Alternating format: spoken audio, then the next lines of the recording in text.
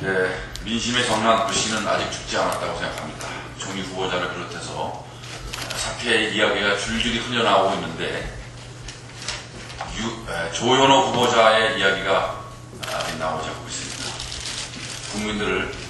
국민들의 귀를 의심케 하고 있는 부분입니다. 조현호 후보자는 그야말로 잘 아시는 것처럼 패륜적 망언을 일삼으면서도 최소한의 공직률마저도 저버린 인물이라는 것이 이번 청문회를 통해서 밝혀졌습니다. 위장 전입은 물론이고 논문 표절, 세금 투여, 부동산 투기, 병역 비리 이른바 4+1에 해당하는 인사가 틀림없습니다. 결국 조현호 후보자가 국무무답으로 일관하자 국민들의 성난불씨는 다시 되살아날 행복에 있다는 말씀을 드리겠습니다.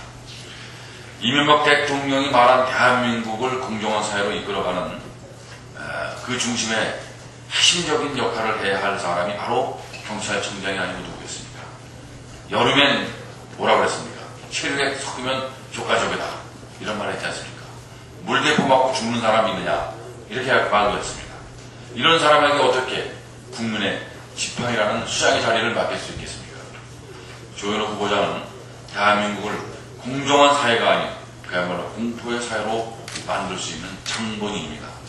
게다가 조현호 후보자는 경찰청장 임명되자마자 검찰의 조사를 받게 될 가능성이 높습니다. 사자멍의 훼손이 확실한 범법자입니다. 조현호 후보자는 더 이상의 버티기를 중단하고 사퇴한다는 이유가 여기에 있는 것입니다.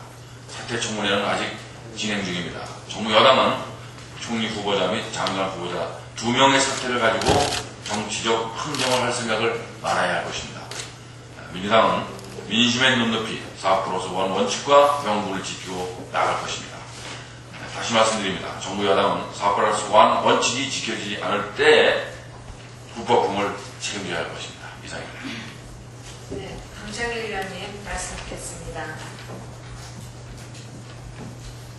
네, 어제는 정술국치 100년이 된 날이었습니다. 우선 이명박 대통령께 어느 나라 대통령인지를 또 한 번 묻고 싶습니다. 어제 시내 곳곳에서 공유공자, 일제 피해 희생자, 청년 학생, 한일 양국의 시민들이 곳곳에서 촉구 결의대회를 했습니다. 일제 식민지 지배가 불법 강점이었기 때문에 원천무효라는 것을 결의하는 자리였습니다. 그리고 식민지 시대 때에 피해 입은 분들께 배상, 보상하라는 것을 촉구하는 자리이기도 했습니다. 제가 여러 차례 비상대책회의에서 지난 금요일에도 얘기했습니다. 이명박 대통령께 촉구를 했습니다.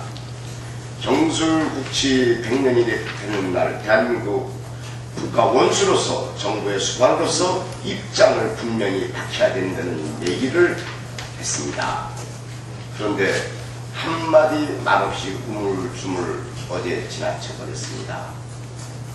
다시 한번 묻습니다. 어느 나라 대통령인지를, 왜 일본 문제만 나오면은 그렇게 작아지는지를, 이제 제발 대한민국 국가 원수답게, 정부의 수반답게 대통령다운 대통령 역할을 해주기를 간절히 촉구합니다. 늦지 않았습니다. 늦었다고 할 때 그때 하면 됩니다. 강제 병합이 불법적이고 때문에 원천무효라는 것을 증명하십시오. 독도는 어떤 일에서도 양보할 수 없는 우리의 고유한 영토라는 것을 증명하십시오. 식민지 시대 때 피해 배상, 보상, 식민지 입은 희생자들에 대한 피해 보상, 배상 문제, 특히 종문 위안부, 강제 연행자, 살린 동포 문제 등등에 대해서 일본 정부에 강력히 촉구하고 아울러서 우리 스스로도 해결하는 그런 지혜를 내십시오. 다시 한번 대한민국 대통령답게 똑바로 대통령 역할하십시오. 축구합니다. 네, 이미경 총장님 말씀 듣겠습니다.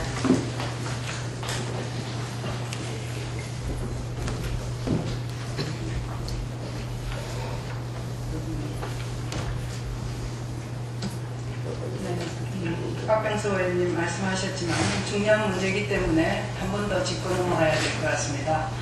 8.29 정부의 부동산 대책은 이 서민 부채로 부동산 투기를 조장시키는 그런 분불대기다 하는 지적을 하지 않을 수 없습니다. 지금 정부가 서민에게 빚을 떠넘김으로써 신서민 정책의 허구성을 그대로 드러내었다고 생각합니다. 정부 주장하고 달리 DTI 완화가 실수요자에게 미치는 영향은 굉장히 거의 미비하다. 결국 DTI 완화는 서민층이 아니라 건설업체와 부동산 투기꾼의 피해만 불리는 그러한 결과를 초래하게 될 것이다라고 봅니다. 지금 가계부채가 현재 우리나라 1년 예산의 2배가 넘는 700조에 달하고 있습니다. 연봉 5천만 원짜리 회사원의 가계빚이 약 1억 2천을 지고 있는 이러한 상황인데, 금리는 인상되었고 거기에 따른 이자 부담으로 서민층의 부담이 늘어나고 있는데, 이런 가계빚이 임계치에 달한 이런 상황에서 DTI 규제를 풀 경우에 가계빚이 다시 기하급수적으로 늘어나고 가계부도가 속출하게 될 것이다. 이런 점을 우려하지 않을 수 없습니다. 2008년 1월 11일 부동산 대책을 만들어내는데 저도 열심히 해왔습니다. 그런데 지금 정부가 오히려 이 부동산 문제를 풀 때 보금자리 주택의 공급을 통해서 부동산 안정화 대책을 하겠다라고 해놓고는 지금은 그걸 중단하고 있습니다. 부동산 투기 억제 정책의 포기 선언과 다름이 아니다. 이런 상황에서 어제 8.29 이 선언은 대책은 전혀 거꾸로 가고 있는 그런 정책이다 하는 점에서 심히 이 서민의 가계부채 그리고 또 부동산 투기의 재현 이런 것을 걱정하지 않을 수 없다 하는 것을 지적합니다.